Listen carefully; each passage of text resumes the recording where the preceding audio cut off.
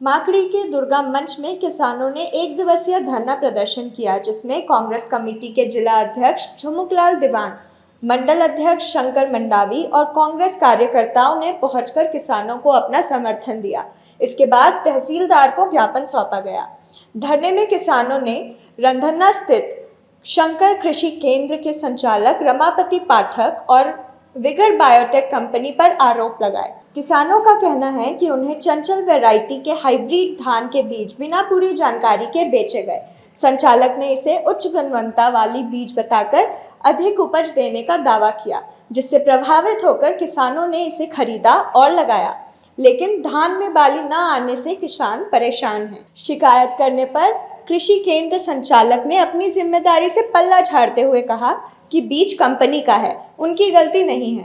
किसानों ने कृषि विभाग से जांच की मांग की, लेकिन अब तक उन्हें न्याय नहीं मिला। किसान संघ के अध्यक्ष पतिराम नेताम ने कहा, हमारी फसल बर्बाद हो गई है। 250 किसानों ने 1200 पैकेट खरीदे थे, लेकिन अब ना धान बेच सकते हैं, ना लोन चुका सकते हैं। हमें मजबूर होकर धरना देना पड़ा। धरने में 12 पंचायतों के लगभग 250 किसान शामिल हुए, जिसमें से कई ट्रैक्टर और बाइक से पहुंचे। अब किसान अपनी आवाज सुनने और न्याय की मांग के लिए संघर्षरत हैं।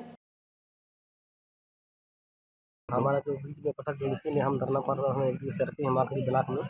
तो हम पीड़ित हैं, हम 250 किसान, इसमें 1200 पैकेट बिका गया है रमापति पाठक द्वारा बुल बैठा कर हमको ज़बरदस्ती थमाया गया। अभी किसान पूरा तड़प रहे हैं, हम कैसे परिवार चलाएंगे, कैसे गाड़ी किस्त पटाएंगे, कैसे लोन चुकाएंगे।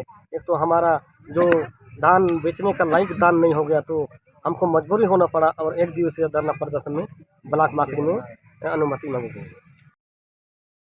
माकड़ी से रोशन सेन की रिपोर्ट।